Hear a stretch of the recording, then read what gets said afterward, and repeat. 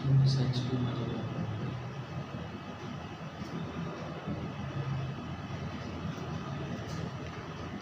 નમસ્કાર વિદ્યાર્થી મિત્રો,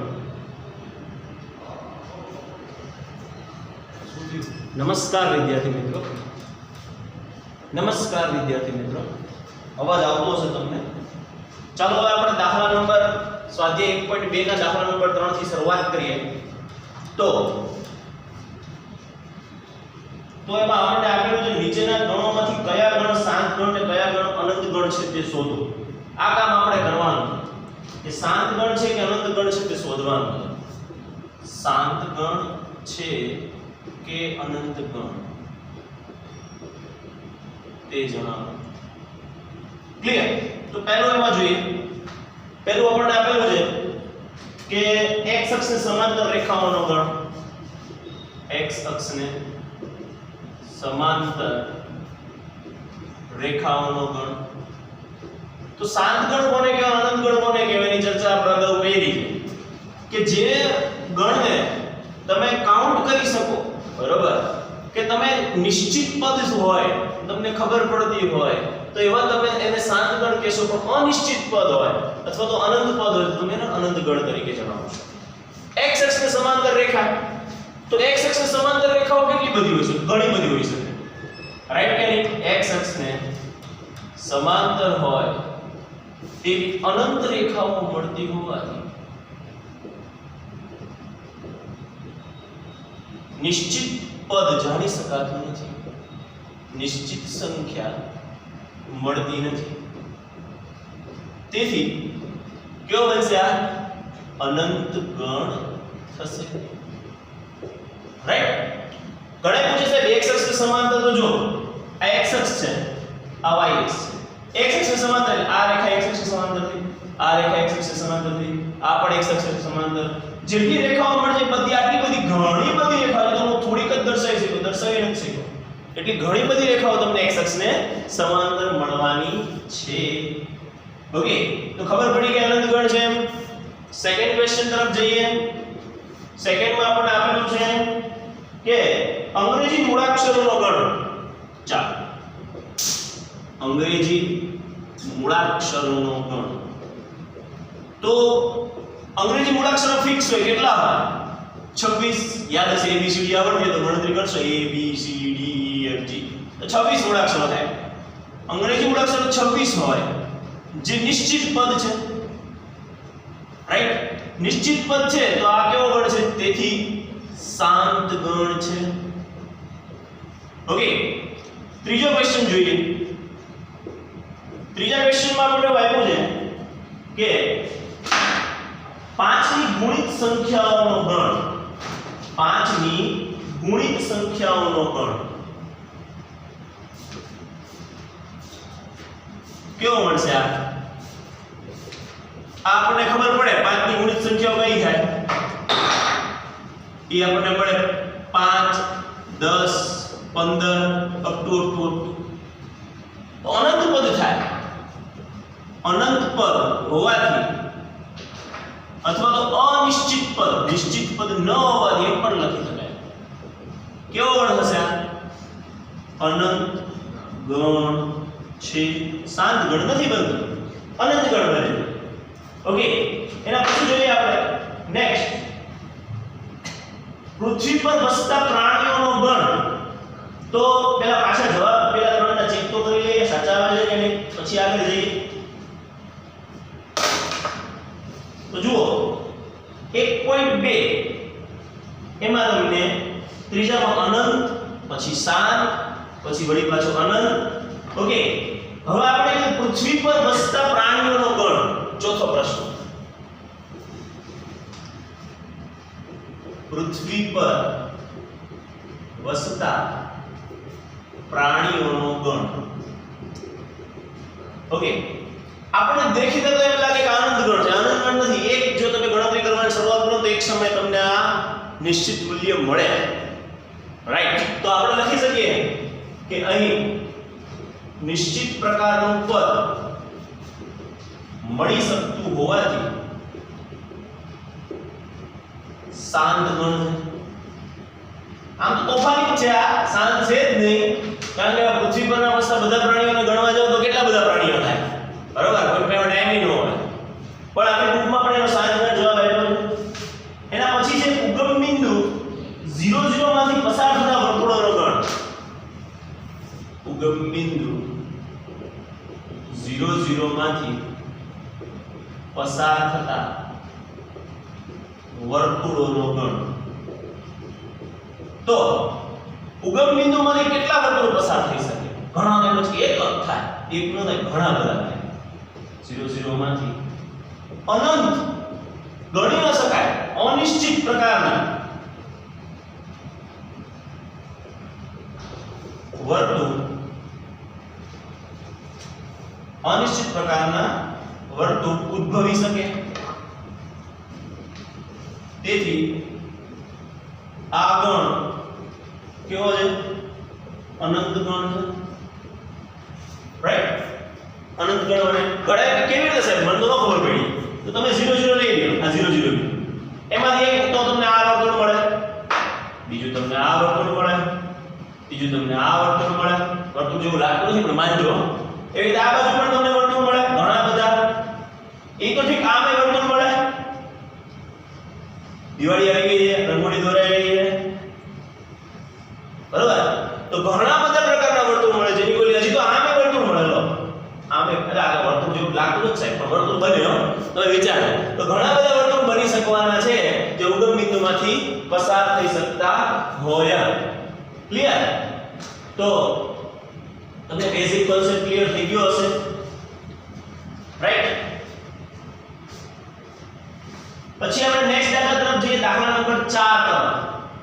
નીચેનામાંથી નક્કી કરો કે a બરાબર b છે કે નહીં. આ કામ આપણે કરવાનું છે. a બરાબર b એટલે સમાન ગણો છે કે નથી. ચાલો તો જોઈએ.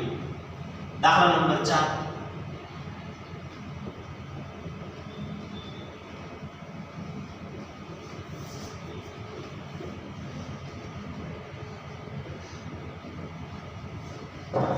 જો દાખલા નંબર 4. નીચેનામાંથી a બરાબર b શક્ય છે કે નહીં તે તપાસો. રાઈટ? એમાં પહેલો દાખલો, ચોથામાં પહેલો દાખલો. એમાં આપણને આપ્યું છે a બરાબર abcd, b બરાબર bcd. a બરાબર abcd, b બરાબર bcd. તો આમાં a છે, આમાં a છે, આમાં b છે, આમાં b છે, આમાં c છે, આમાં c છે, આમાં d છે, આમાં d. ઈ સિવાયનો આમાં કઈ નથી, ઈ સિવાયનો આમાં કઈ નથી, બરોબર ને? તો આપણે એવું લખી શકીએ ગણ a ના તમામ સભ્યો અને ગણ b ના તમામ સભ્યો એક સમાન છે.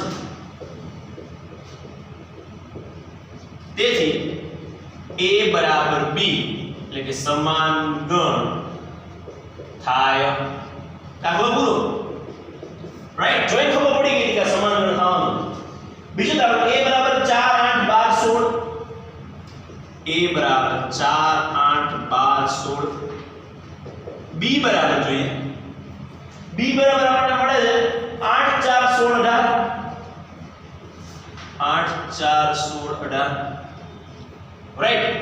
તો આપણે આવું લખી શકીએ કે a અહીંયા 4 છે, અહીંયા 4 છે, અહીંયા 8 છે, અહીંયા 8 છે, અહીંયા 12 છે, અહીંયા 12 નથી, અહીંયા 16 છે, 16. તો 12 belongs to a, પરંતુ 12 does not belongs to b, તથા 18 belongs to b, પરંતુ 18 does not belongs to a. belongs to એટલે નો સભ્ય હોવું. આપણે હવે હમણાં ભણવાના છે, પણ આપણે અહીંયા ઉપયોગ પણ કરી નાખીએ. હવે તમે એમ લખી શકો કે a ગણમાં 12 નંબરની સંખ્યા છે પણ b ગણમાં એ નથી, એટલે a અને b સમાન ગણ નથી.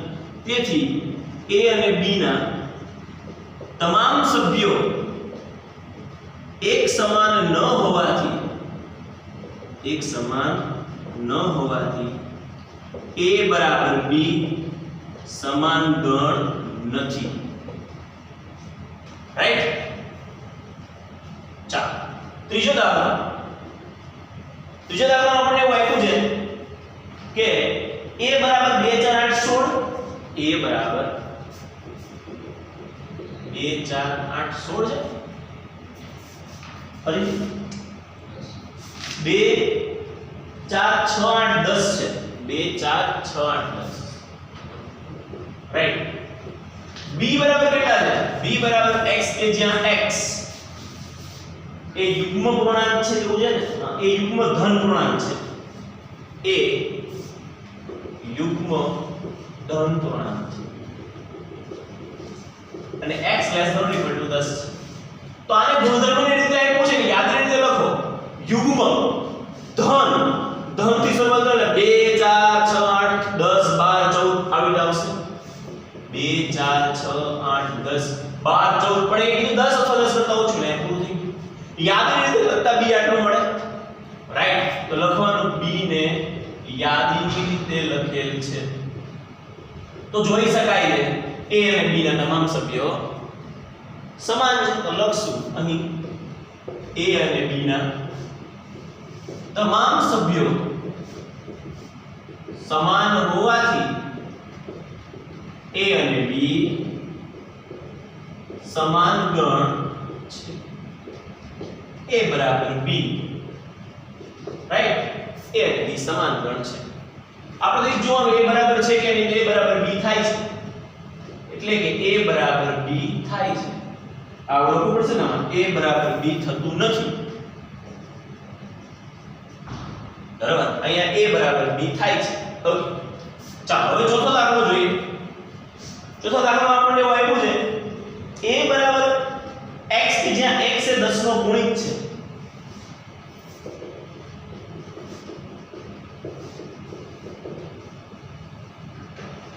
બીજું શું આપ્યું છે 10 નો ગુણિત છે સિવાય કઈ નથી એ તો 10 નો ગુણિત વાળા પદ આપણે ઘણા બધા લખી શકીએ 10 20 30 40 50 60 70 80 માઈનસ માં પણ લખી શકીએ કારણ કે આપણને અહીંયા એવું નથી કીધું x belongs to n કેવું કંઈ એટલે એ પણ લખી શકીએ અને b બરાબર કેટલા છે b બરાબર છે 10 15 20 25 30 લ્યો આ જોઈને જ ખબર પડી જાય તમને જોઈ ખબર પડે ને 10 ના ગુણિતમાં 15 નો આવે 10 ના ગુણિત લખો 10 20 ભલે ધન લખો 10 20 30 ત્યાં અહીંયા જ ખબર પડે ઉપર નામાં તો માઈનસ આવી શકે ઓકે તો આપણે લખી શકીએ a અને b ના તમામ સભ્યો સમાન નથી તેથી a અને b સમાન ગણ નથી એટલે કે a does not equal to b થાય આમાં a does not equal to b આમાં a is equal to b a does not equal to b a is equal to b a does not equal to b clear બહુ સરળ હતું તમારા મગજમાં આટલી વસ્તુ ક્લિયર થઈ ચૂકી હશે બરાબર છે પછી આપણે નેક્સ્ટ દાખલા તરફ જઈએ દાખલા નંબર 5 અને 5 ચાર દાખલા સુધી પૂરું કર્યું હવે પાંચમો દાખલો જોઈએ સરળ છે એટલે ફટાફટ જવા દેવાય રાઈટ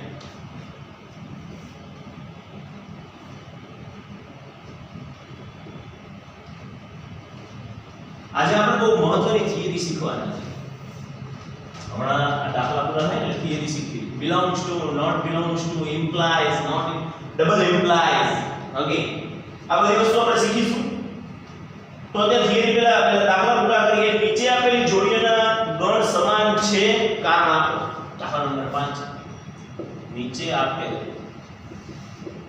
જોડીઓના ગણ સમાન છે કારણ આપો એટલે કારણ આપવાનું સમાન હોય તોય ન હોય તોય પહેલો દાખલો એવો છે a બરાબર 2 3 a બરાબર 2 3 રાઈટ b બરાબર કેટલા છે b બરાબર છે x કે જ્યાં x એ x2 5x 6 બરાબર 0 નો ઉકેલ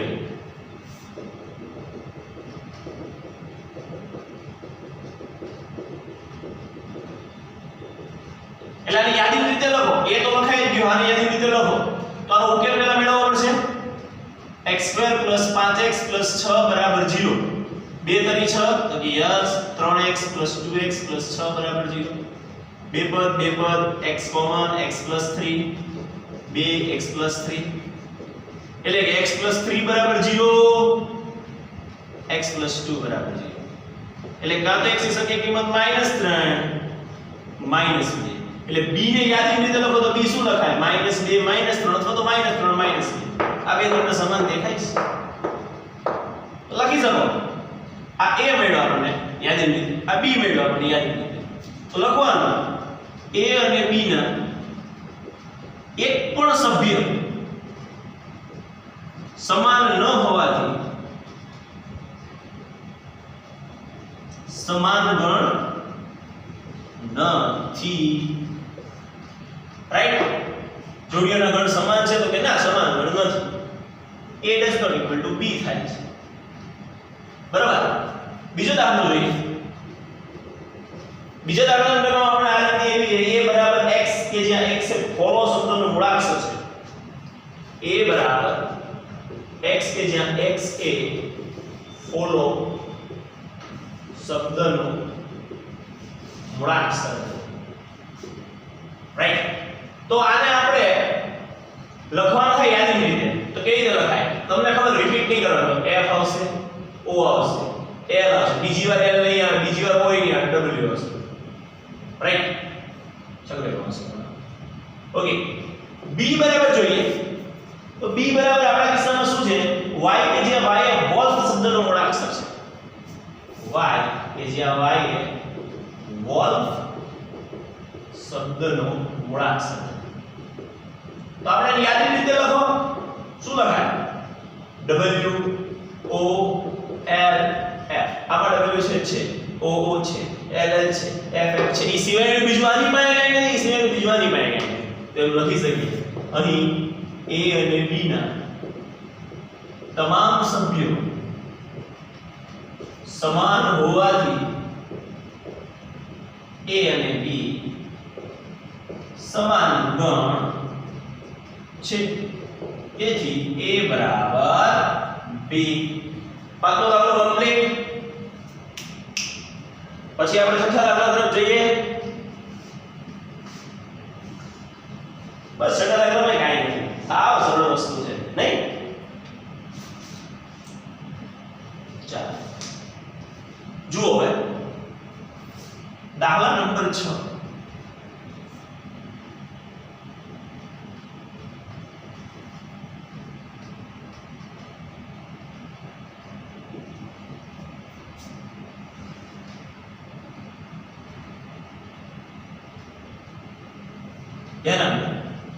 દાખલા નંબર 6 એમાં આપણને એવું આપેલું છે કે નીચે આપેલ ગણમાંથી સમાન ગણ પસંદ કરો નીચે આપેલ ગણમાંથી સમાન ગણ પસંદ કરો બહુ સરળ છે એ જોઈએ તો a ની અંદર આપણને આપેલું છે 2 4 8 12 2 4 8 12 b બરાબર આપણને આપેલું છે કે 1 2 3 4 c બરાબર આપણને આપેલું છે 4 8 12 14 4 8 12 14 d બરાબર આપણને આપેલું છે 3 1 4 2 3 1 4 2 a b c d e હશે e બરાબર શું આપ્યું છે આપણને -1 1 f g અને h આ ત્રણ હજી લખવાનું છે f બરાબર છે 0 અને 1 g બરાબર છે 1 અને -1 અમુકને જવાબ અત્યારે આવી ગયો હોય છે નહીં સાવ સરળ હોય જવાબ તો આવી જાય 0 અને 1 ચાલો તમે જોવાનું કયા સમાન ગણ છે તો જો 2 4 8 12 બે આમાં છે 4 છે 8 12 નથી a અને b નથી આમાં 4 છે પણ 2 નથી એટલે નથી આમાં 2 છે 2 છે 4 છે 4 છે 8 છે 8 નથી 12 એ નથી એટલે a ને તો કોઈ યાર પાલો પડતો નથી ચાલો a ને ભૂલી જાઓ b ની વાત કરીએ એકડો આવી ગયો એકડો બગડો બગડો તગડો તગડો ચોગડો ઓકે બી અને ડી લખીએ બી અને ડી ના તમામ સભ્યો સમાન હોવાથી બી અને ડી સમાન ગણ છે એટલે કે બી બરાબર ડી રાઈટ હવે બી સાથે બીજા કોઈ મેચ કરે છે જો અહીંયા એક છે પણ બે નથી અહીંયા એક છે પણ બે નથી અહીંયા એક છે પણ બે નથી ઓકે એટલે નથી સમાન બી ની વાત પતી સી માં જોઈએ 4 8 12 14 4 આની પાસે પણ 8 નથી અહીંયા 4 છે આ 4 છે 8 છે 8 પણ પહેલા જ જોઈ લીધું 12 છે ને અહીંયા 2 હતું 14 નહોતું થતું એટલે એ માં જ નહોતું એટલે સી બરાબર એ નથી થતું ઓકે સી એ મેચ નથી ડી જોઈએ 3 1 4 બી તો ઓલરેડી મેચ થઈ જ ગયું છે બી સાથે ડી કે ડી સાથે બી કે બધું એક મેચ જ થયું એટલે તમે એક જ લખવાનું ઈ માઈનસ 1 1 આયા ખબર પડી જાય 1 ને માઈનસ બીજા કોઈ મેચ થતા નથી એટલે ઈ અને જી લખી નાખે ઈ અને જી ના તમામ સભ્યો સમાન હોવાથી ઈ અને જી સમાન ગણ છે રાઈટ એટલે ઈ બરાબર જી સમાન ગણની પેર કઈ છે આપણે જોડ પસંદ કરવાની કીધી ને નીચે આપેલ ગણમાંથી સમાન ગણ પસંદ કરો તો આપણે પસંદ કરી લીધા બી અને ડી તથા ઈ અને જી સમાન ગણો છે આ જવાબ રાઈટ પછી આપણે થિયરી તરફ જઈએ ઉપગણને અંગ્રેજીમાં કહેવાય સબસેટ ઓકે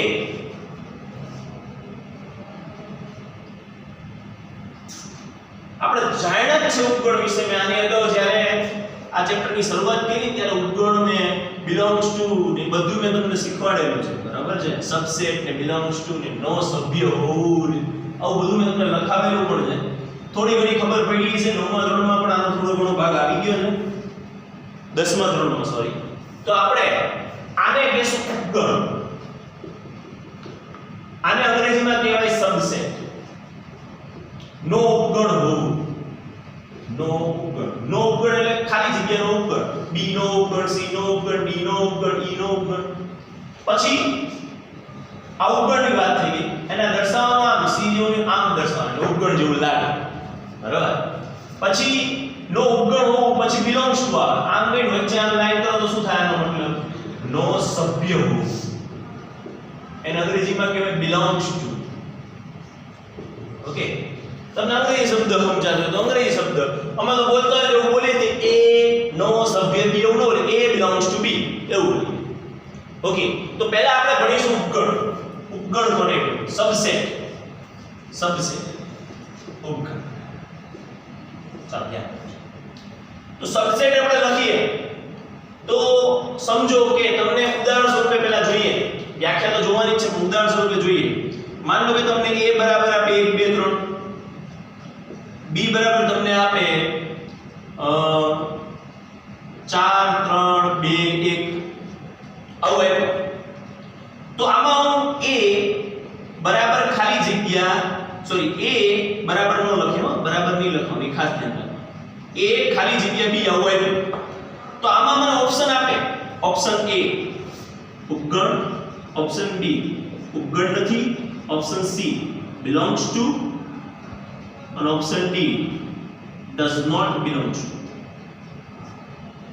ઓકે આ ચારમાંથી ગમે એક આપણે પસંદ કરવાનું તો શું પસંદ કરીએ કારણ કે પ્રશ્ન આ સ્વરૂપના હોય તો આમાં જોવાનું a માં 1 છે એ b માં છે યસ b માં 2 3 માં આ 3 ચાર ભલે ને બે વધારે પણ a ના બધા સભ્યો b માં આવી જતા હોય તો a ઉપગણ છે b નો કોણ ઉપગણ થયો a આની જ પરિસ્થિતિમાં જો આવું આપે b ખાલી જગ્યા a અને તમને ઓપ્શન આપે ઉપગણ છે ઉપગણ નથી belongs to અને does not belong to તો આમાં આપણે કોને સાચું સમજવું તો આમાં શું આવશે ઉપગણ નથી આવશે b ઉપગણ નથી કેવી રીતે સાહેબ જો b ના સભ્યો છે 4 3 2 એક આવી જાય બે આવી જાય ત્રણે પણ 4 ગયો ને 4 એ b માં છે પણ a માં એટલે b જો આયા 4 હોત ને તો આપણે લખી શકીએ b ઉપગણ સમજો છો a ઉપગણ b કેમ લખાય એ ઉપગણનો મતલબ શું થાય એનો નાનો ભાઈ ઓકે, તો આપણે માની લો કે આવું કંઈક કરીએ કે a બરાબર લખીએ, આ એક ઢગલો છે, આ એક ઢગલો છે, આ બીજો ઢગલો છે. આની અંદર 1 નો સિક્કો છે, 2 નો સિક્કો છે, 5 નો સિક્કો છે, 10 ની નોટ છે, 20 ની નોટ છે, આટલું છે. અને બીજો એક ઢગલો છે, એમાં 1 નો સિક્કો છે, 2 નો સિક્કો છે, 10 ની નોટ છે, 5 નો સિક્કો છે, 20 ની નોટ છે, 100 ની નોટ છે, બરાબર, 200 ની નોટ હમણાં નવી આવી છે, એ છે, આ બધુંય છે. તો એવું લખી શકું, આ જો ને આ ઉપગણ છે, આનો એક નાનકડો ભાઈ છે, કારણ કે આના બધા સભ્યો આવી જાય. પણ હું આ લખવાનું પહેલા થાય 1 2 10 5 20 ની નોટ, 100 ની નોટ અને 200. અને અહીંયા આગળ જો મને આવું આપે 1 2 5 ની નોટ, 10 ની સોરી 5 નો સિક્કો, 10 ની નોટ, 20 ની નોટ, તો હું હવે આમ ન લખી શકું કે આ જો એનો ઉપગણ આ ખોટું. અહીંયા આવું થાય. શું કામ થાય? ક્લિયર થાય છે તમને? આના સભ્યો જો બધા નાનો છોકરો થઈ ગયો, નાનો ભાઈ થઈ ગયો, બરાબર, નાનો ભાઈ થઈ જાય એટલે ઈ ઉપગણના સ્વરૂપમાં આવે, આ ઉપગણના સ્વરૂપમાં ન આવે. ક્લિયર થાવ છો? અને જ્યારે એવું બને કે બે સમાન થઈ જાય, માની લો કે આમાંય આવું છે ને આમાંય આવું છે, ઓકે, આમાંય આવું છે ને આમાંય આવું છે, તો શું થયું? તો તમે આમાંય લખી શકો, આ બે સરખા હોય તો એ ઉપગણ બી લખી શકો, બી ઉપગણ એ પણ લખી શકો, આમ પણ લખી શકો. આને પહેલા લખો, આને a કયો, આને b કયો, આને b કયો, આને a કયો. જો આવું બને, a ઉપગણ b, b ઉપગણ a, બે એકબીજાનો ઉપગણ થઈ ગયો તો બે બરાબર હોય. આ વાત સાથે સહેમત છો? a ઉપગણ a અને b ઉપગણ a હોય, a ઉપગણ b અને b ઉપગણ a હોય, તો તમે એવું લખી શકો કે a બરાબર b, નહીંતર ન લખી શકો. આટલી વસ્તુ ક્લિયર થાય છે બધાને? તમને કેવો પ્રશ્ન પૂછવાનો છે એના ઉપર આધાર. હવે પ્રશ્ન એ છે બિલોંગ્સ ટુ કેમ ન લખાય, તો આપણે એ પણ જોઈશું બિલોંગ્સ ટુ લખાય કે ન લખાય. બિલોંગ્સ ટુ ક્યારે લખાય? જ્યારે કોઈ સભ્ય આપી દે. માની લો કે તમને આવું આપે કે a ઉપગણ a ખાલી જગ્યા b, તો અહીંયા બિલોંગ્સ ટુ ક્યારેય ન આવે, ક્યારેય ન આવે, કારણ કે a ની અંદર 3 સભ્યો છે, b ની અંદર 4 સભ્યો છે, ક્યારેય ન. પણ તમને એમ આપે ને કે a ખાલી જગ્યા a, તો આ બિલોંગ્સ ટુ લખીશ. અહીંયા ઉપગણ ક્યારે લેવું? કારણ કે a કયો ને ઈ કોઈ ગણ નથી, ગણનો સભ્ય છે. સાંભળજો, a કયો ને ઈ ગણ નથી, ગણનો કોઈ સભ્ય છે. સમજ્યા વાત ને? હવે અહીંયા કોઈ આવું લખે ને તો એ મરી ગયા બરાબર જ છે. આ કોઈ દી ઉપગણ ન લખી શકે, કારણ કે ગણ બન્યો જ નથી. ગણ હોય તો ઉપગણ થાય ને, ઈ પોતે તો સભ્ય જ છે. તો belongs to, not belongs to, subset, not subset, એટલે કે ઉપગણ, not ઉપગણ, નો સભ્ય હોવું, નો સભ્ય ન હોવું, નો સભ્ય ન હોવું, આ બધી વસ્તુ ક્લિયર કરવાની છે. થોડી ઘણી વસ્તુની ખબર પડી? સાહેબ હજી ચક્રાવે ચડે છે, ચારે વસ્તુ ભેગી થઈ છે. પણ તમારે આટલું મગજમાં યાદ રાખવાનું છે કે કોઈ સભ્ય આપી દે ને તેના ઉપગણ ના હોય,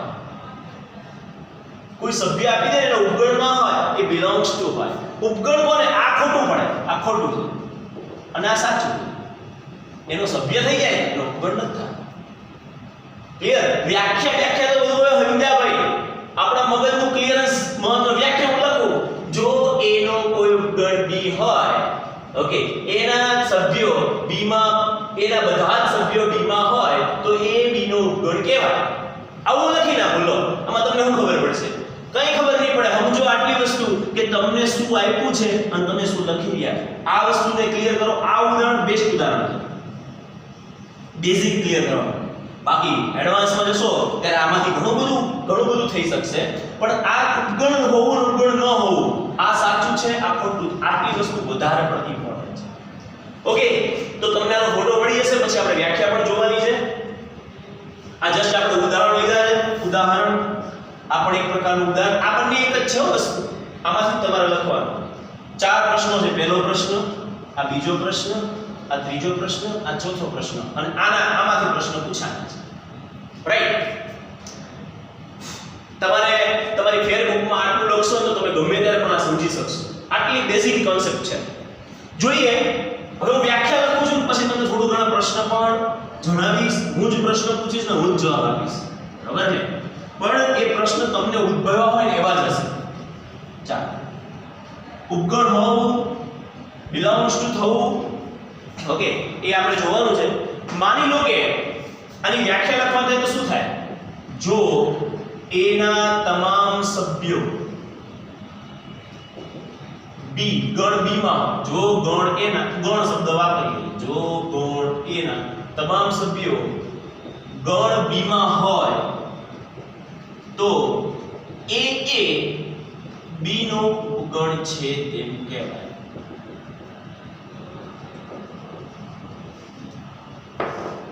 આ લખ્યું હવે ઉદાહરણ સાથે આને મેચ કરીએ.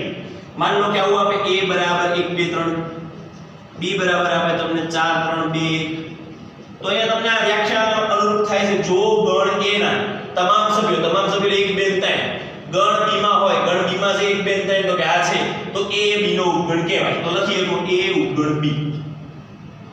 ક્લિયર? આને C નો સમજવું આ ઉપગણ છે ભાઈ A ઉપગણ B. રેડી? પણ અને જો જરૂરી નથી કે B ના તમામ સભ્યો A માં હોવા જ જોઈએ. આવું જરૂરી નથી કે B ના તમામ સભ્યો તોય A ઉપગણ B લખી શકે. અને જો એવું બને એવું બને કે B ના પણ તમામ સભ્યો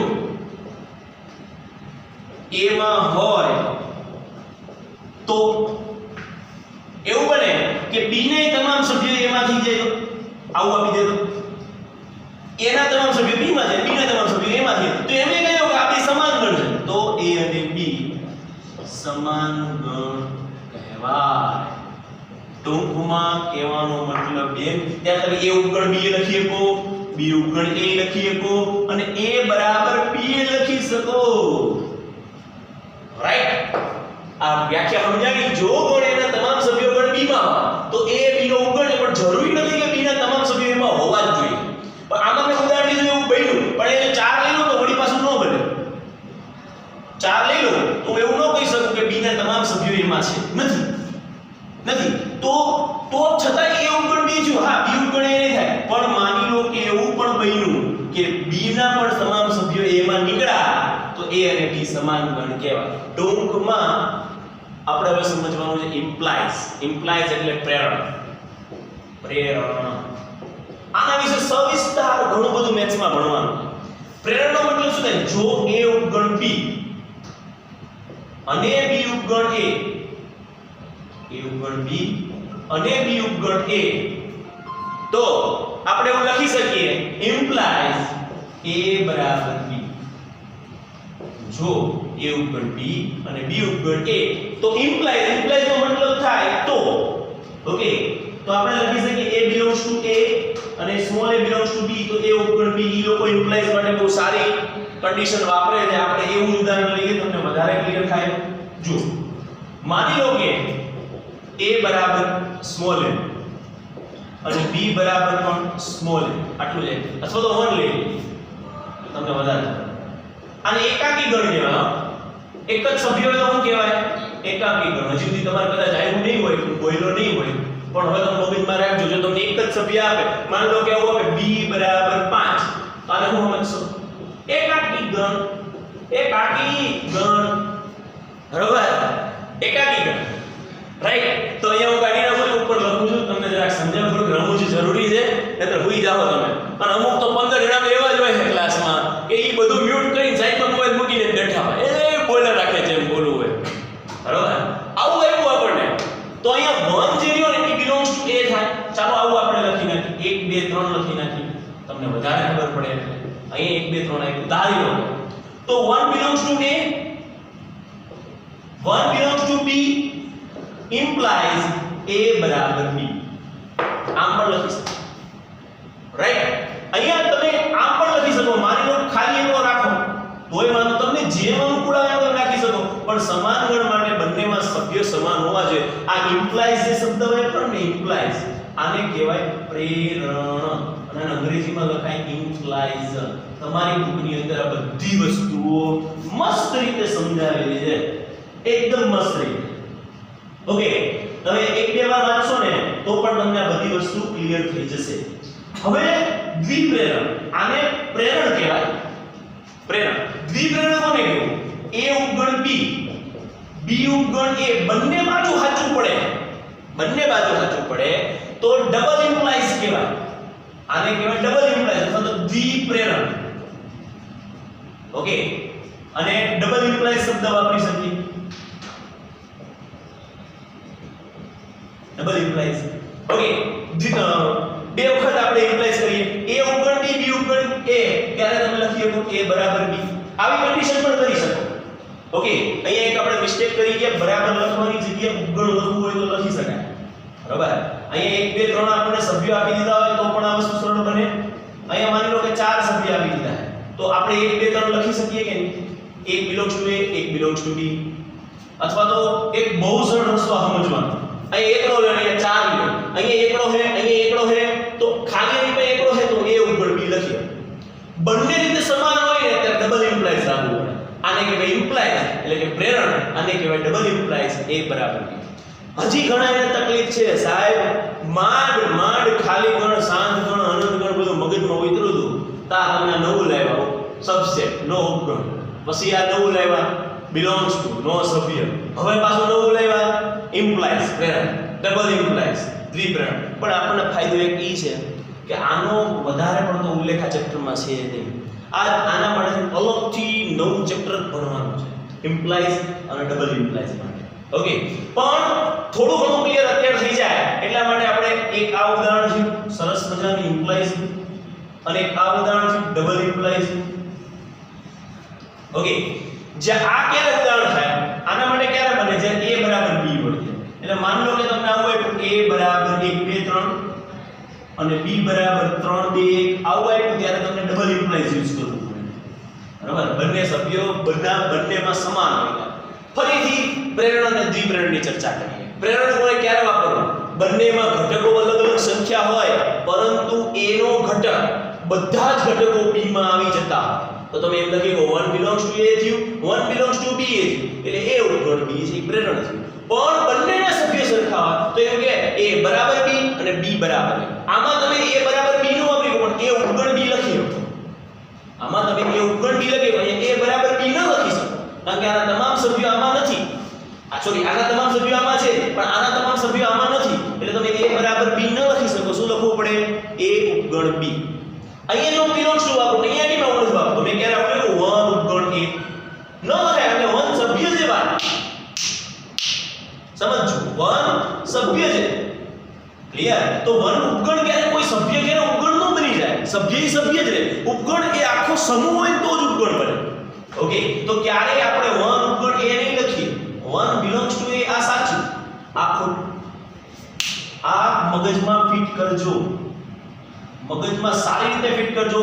એકડો ઈ સભ્ય છે, એકડો ઈ ઉપગણ નથી. ઉપગણ ક્યારે બને? જ્યારે ગણ હોય તોય ઉપગણ બને. ઈ ગણ જ નથી. ઓકે, ઈ ગણ નથી, સભ્ય છે. સભ્ય હોય ત્યારે ઉપગણ બને નહીં. ઓકે, લઈ લો સ્ક્રીનશોટ અને ફોટો લઈ લઈએ પછી આપણે આગળ તરફ જઈએ.